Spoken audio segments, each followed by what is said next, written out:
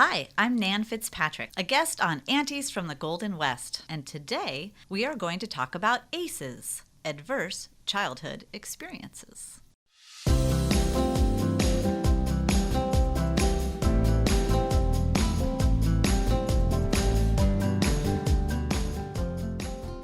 Welcome, Nan.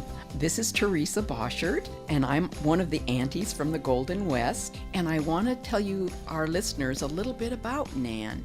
Nan Fitzpatrick is an elementary school general music educator and has been for over 8 years. Her training is in community development and health behavior. She has degrees from both the University of California, Davis and the University of Michigan in behavioral science and diversity and community empowerment and public health. She served both the County of Sacramento and the State of California as a tobacco control advocate for many years before following her passion for music education. She lives in Sacramento with her husband and children and proudly serves on the Songworks Educators Association presidential team. We also have with us today, of course, the other auntie from the Golden West, Diane Kaiser. Hi, Diane. Oh, hello, listeners. Yes, the other auntie is here, and we're going to be discussing ACEs with Nan. Nan, what is ACEs, and how did it evolve? Well, Diane, ACEs stands for Adverse Childhood Experiences. And that term was coined from a study that was run by the Centers for Disease Control and Kaiser Healthcare back in 1998. And what the study discovered was that adults who experienced one of 10 adverse childhood experiences before the age of 18 were more likely to develop disease symptoms later in life. Those 10 adverse childhood experiences are in 3 categories. The first is abuse, the second is neglect, and the third is household challenges. More specifically, they're talking about physical abuse, emotional abuse, sexual abuse. Let's see, physical neglect, emotional neglect, and then different experiences in the household. For example, divorce or separation, an incarcerated parent, substance abuse by a family member, domestic violence, and then also mental illness in the family. And Nan, when we were talking earlier, you took a moment to say to us, when we hear these descriptors, sometimes we get a little vision in our heads of what the family that might be experiencing this looks like. And you clarified that for us, that it's not necessarily what we think. Right, Teresa. There are 2 very important pieces of this research. And one is that ACEs, or adverse childhood experiences, are extremely common. More than 60% of Americans have experienced at least one of these. The other thing is that it doesn't matter if you have come from a low income, middle income, or high income family, whether you've grown up in a rural area, suburban, or urban, what ethnicity you are. ACEs affect more Americans than not. Like I said, 67% have experienced at least one, and more than 15% have had 4 or more. The most fascinating part of this study is that the more childhood experiences, adverse experiences that someone has experienced, the greater their risk for experiencing physical health impacts later in life. These ACEs not only affect how people develop relationships, it also impacts their cardiovascular health, their neurological health, their endocrine system, which regulates your hormones, also their immune system. And so when we think about, as a society, helping people have healthier lives, we really need to not only look at their symptoms that they have right now, but look back to what happened to them as children. So I found this so fascinating because I am one of the people that have experienced one or more ACEs. Right. And when you talk about the physical effects later in life, the health effects of adverse childhood experiences, I just wanted to say, I even heard the other day someone saying that we not only have to address our memories of these things, but our mental memories, but our body memories, and that a lot of those kind of memories reside in our parasympathetic nervous system. That's right. We'll back up a second and say that adverse childhood experiences, abuse or neglect, or living in a household where there's violence, those things absolutely affect our emotions. But they also affect our nervous system. And this is where the study gets interesting. Our nervous system is the part of our brain that deals with stress and our stress response to something. When we are constantly feeling threatened, we go into what you've probably heard of as fight or flight or freeze, where we get a rush of adrenaline and our body's basically built to survive that experience. And so that adrenaline helps us, get out of a dangerous situation quickly or stay still and quiet if that's what serves us.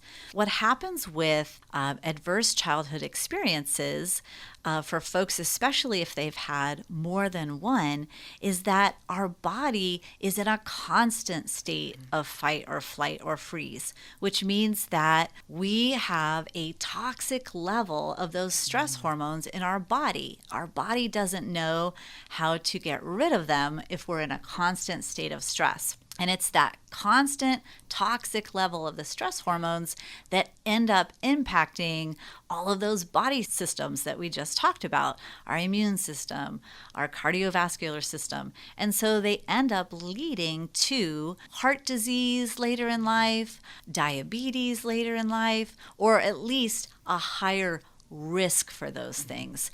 If we experience adverse childhood events, it doesn't mean we will absolutely have heart disease, but it does increase our risk. And so knowing about these things in our lives helps us understand how better to respond to them so that we can have a healthier life. So let me just say, if I can, to follow up on what you've just shared with us, Nan, that I read a little article that said just exactly that. We do this fight, flight, or freeze, and it brings up all these chemicals within our body. And in our modern society, we oftentimes then are told, but don't show it. Don't let anybody know that you feel that way, because it's not that we're in a forest somewhere and there's a bear chasing us. It's that we're in family setting or we're in a work setting and something has happened that comes across as kind of an aggressive situation, and we're taught, oh no, don't show it though. You feel scared, don't show it. Or that was just a little bit of a traumatic thing you just had.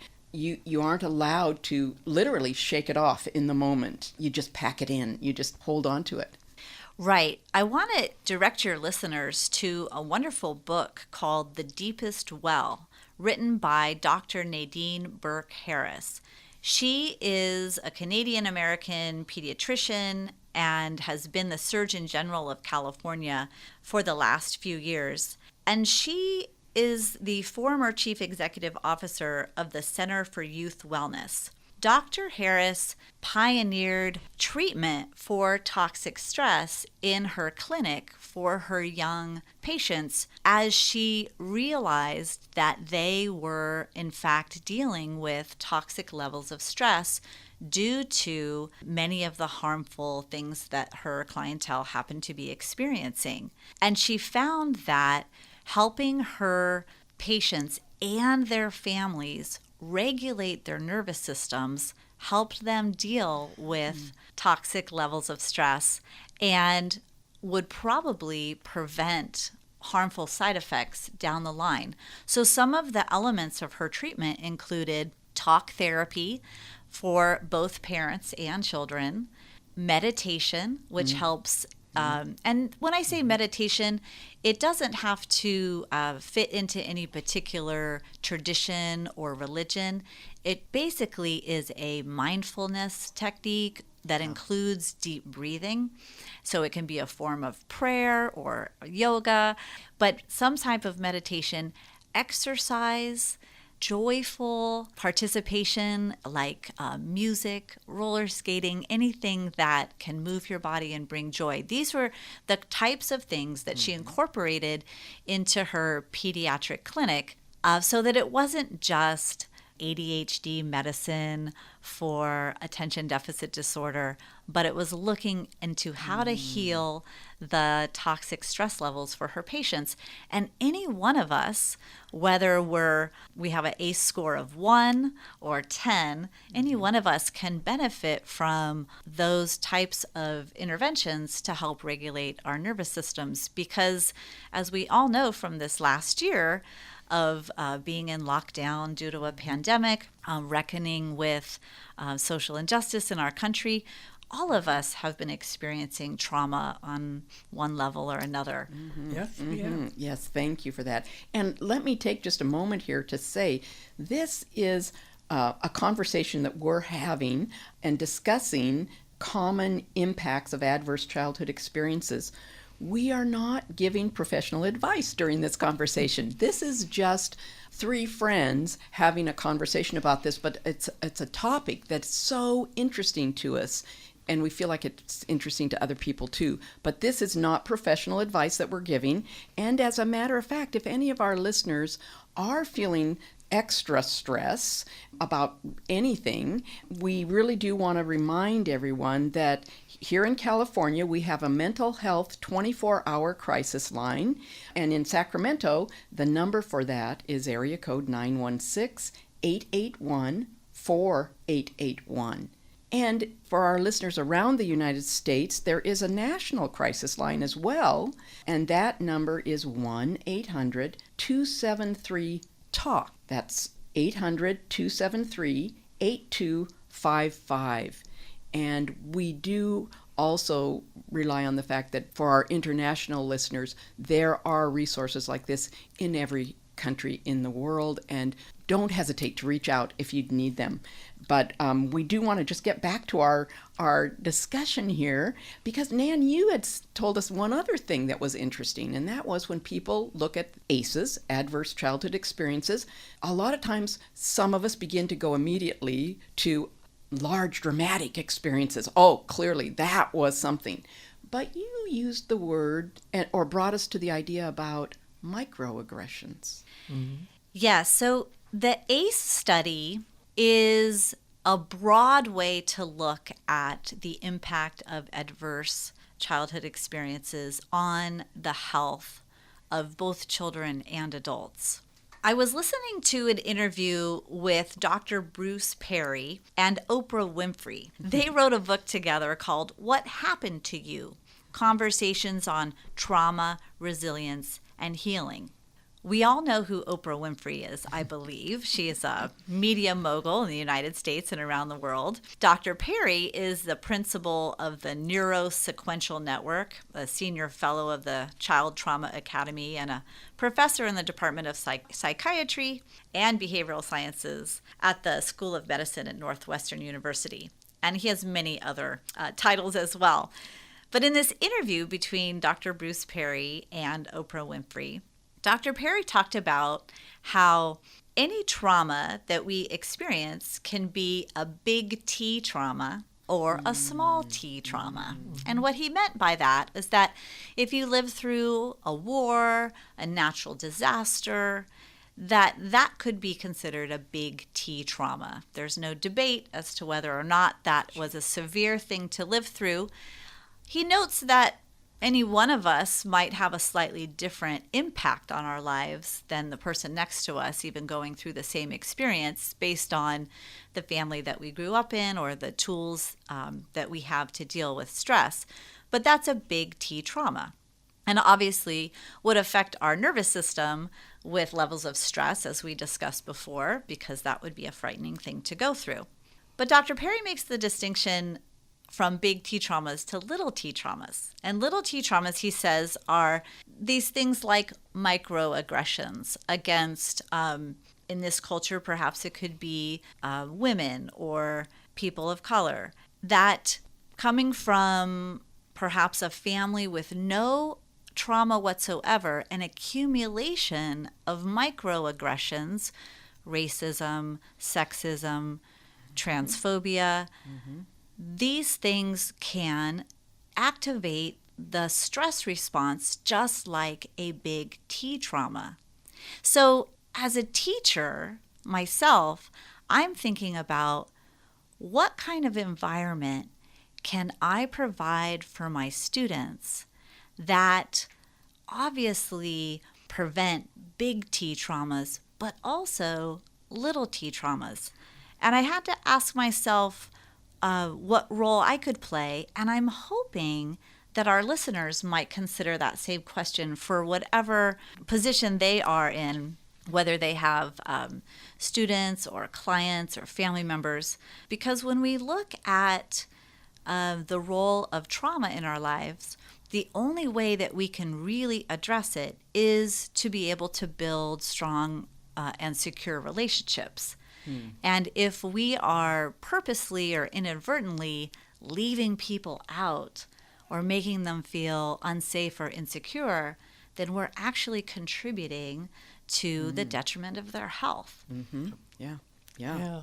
You know, that bringing up Oprah, we all know Oprah and what she's done, and oh my gosh, and I bet she had both micro and macro. And her ability to be able to address some of this thing. And I realize, she's got the resources. She's well positioned in society. So, of course, naturally, she'd be able to access help. But generally speaking, would you say that counseling would be one of the things that would actually help to ameliorate some of the very deep effects when you started? And when do people realize that I don't want to say a victim, but when do people realize that they have been aced? Well, there's are two very important questions, Diane. One was, when do people come to realize that they may have experienced one of these adverse experiences? And the second question, I believe you said, was, does talk therapy or psychotherapy help? And I will just remind our listeners that I'm a lay person. When it comes to this topic, I'm interested in it as a human being and also as a teacher and a parent. But I can speak as a lay person to those two questions. I want to direct folks, if they're interested, to a website called numberstory.org. numberstory.org. This website allows folks to look at the ACEs and determine whether or not they have experienced one or more and what that might mean for their current and future health. It also talks about how that ACE number, whether it's 1, 2, 5, 7, or 10, isn't the thing that defines us. Good point. Yeah, it talks about what is the story behind the number, and what might knowing that story do for us, for our own health, and so that we can fill our toolbox with more tools to keep from passing on any behaviors that might impact our children or the people around us in our family. So to your second question, does talk therapy help? I certainly use it, and it helps me figure out that story behind that number so that I can build, like I said, build up my tools in my toolbox to better deal with toxic stress, better deal with anything that might trigger a bad feeling, or just kind of deal with those regular bad days that we all have.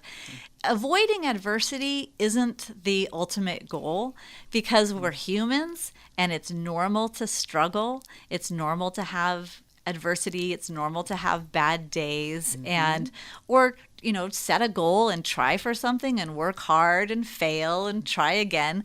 All of that kind of builds our emotional muscles. And so the goal isn't to take adversity away from ourselves or to take it away from our children.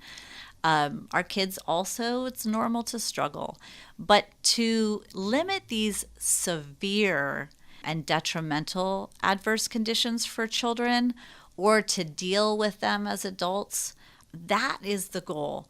In fact, the CDC, the Centers for Disease Control, has come up with some recommendations for how to prevent ACEs in the first place, and I'd love to share some of them with you and our listening audience.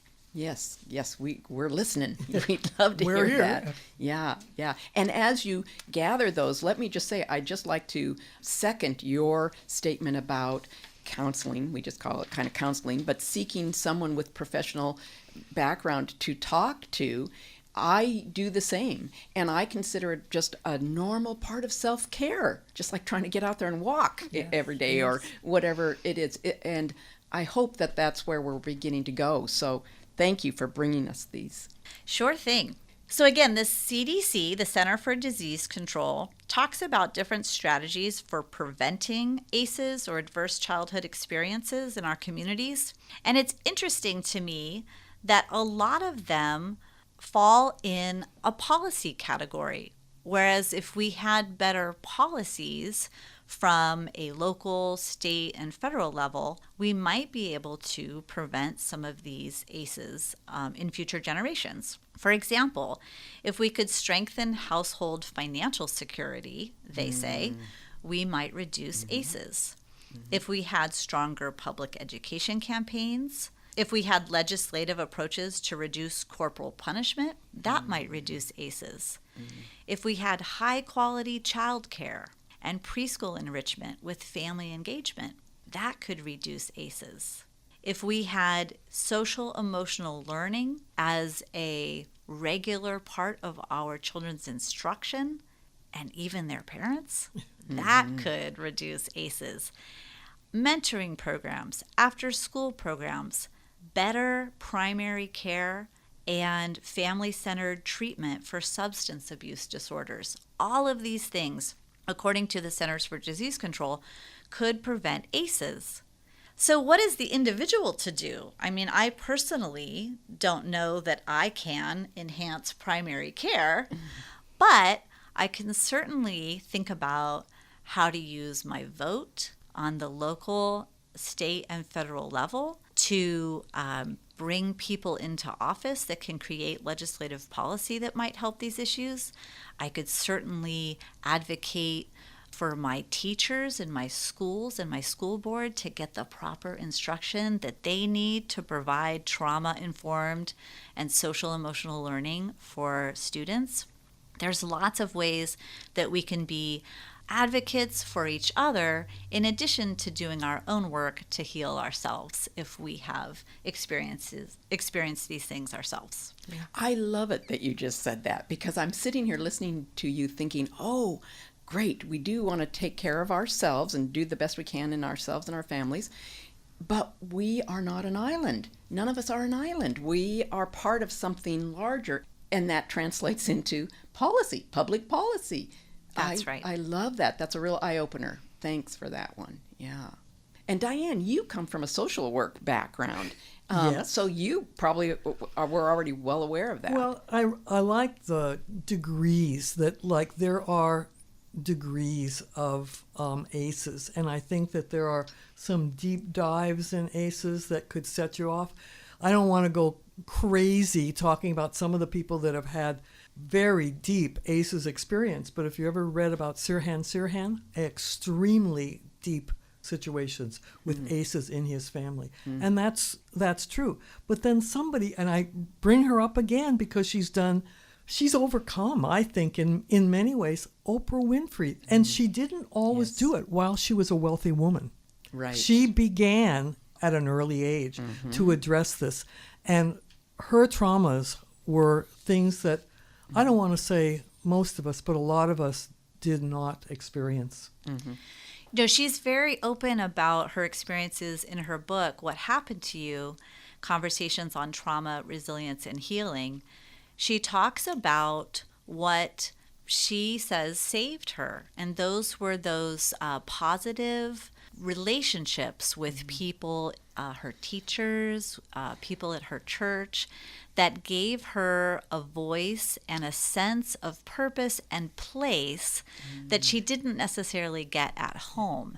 And she says without those relationships, she might not have been able to find her voice both figuratively and literally. Yeah. In fact, I think that she had said at some point her associations with people outside her family built confidence. And she said that was a huge thing. Even a tiny little bit of confidence, a small success. And obviously it worked. I was thinking about this quote, and I probably won't have it just right, but I imagine you've heard something like this before.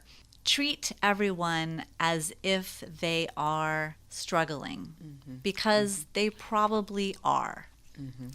I think that quote sums up all of this science in the perfect way, because we all struggle and we all have a story, some of them, as we've said, more severe than others. But how we respond to ourselves and each other is really about building that relationship. And if we can be those people in other people's lives, like Oprah had in her church and her school, we don't have to be the neuroscientist or the pediatrician or the elected official to still make a positive difference in helping others find the resilience that they need to overcome both the big T and the small t traumas in their lives. Sometimes even 4 words can make a difference in people's life. Honey, that was great. Yes. And that whole idea that it's not, I know it is science, but it's not rocket science to be kind to one another. It's, it's like, oh, that's something we can all do. And it actually makes a difference for all of us. And know that we're going to have to draw our conversation to a close here pretty soon. And I just want to say, number one, we really want to have you back and continue more of this, Nan. It's so cool. It is great. And I just want to reiterate that we're not giving professional advice. This is all friends talking about an important topic.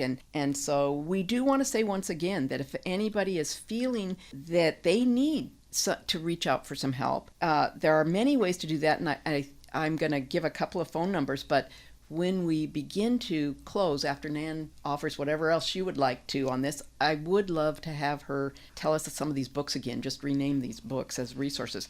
But in terms of other immediate resources, here in California, we do have the Mental Health 24-Hour Crisis Line. Phone number 916-881-4881. 916-881-4881. And the U.S. National Crisis Line, 1-800-273-TALK. So, Nan, I want to give it back to you and just let you tell us whatever else you would like to about this. And then please do tell us what people can do to reach out. Well, thank you, Aunties from the Golden West, for having me on today to talk about this topic of ACEs that interests me personally and professionally. I, like I said before, jumped into this because a friend said, hey, you and I both experienced some of this. Let's find out more about it. And it's been a really positive journey in looking into how to help my own health and those of my family and my community. So I want to offer those book titles again, things that I've read and have found interesting for our listeners. The first is What Happened to You? Conversations on Trauma, Resilience, and Healing by Oprah Winfrey and Dr. Bruce Perry. The second is The Deepest Well by Dr. Nadine Harris. And I want to, again, invite folks to check out the website numberstory.org to look into their own ACE number and the story behind it to find out how they can explore better health outcomes for themselves and their families. That's really great. And, Nan, I don't actually think anyone, even listeners, have totally escaped ACEs. There may be micros, but boy, they have added to how we conduct our lives. And I thank you so much for bringing this to our attention. For the first time, I actually understand ACEs. I'd been hearing it thrown around for a few years, but I've appreciated hearing this, and I'm going to use some of your resources. Great. Thank you so much. Yeah, thank you. Well, there we are, concluding another session of Aunties from the Golden West. And really, resilience is my new favorite word. I mean, that's a superpower right there. So we thank you so much, Nan, and really do want to invite you to come back. We would just love to continue more of this. Also, there's the holiday show. So maybe we'll have a little. By the way, for listeners, Nan is also a fab vocalist. So I think that like maybe we can have, you'll hear Nan again, either speaking or singing. Sounds great. Thank you. Thank you.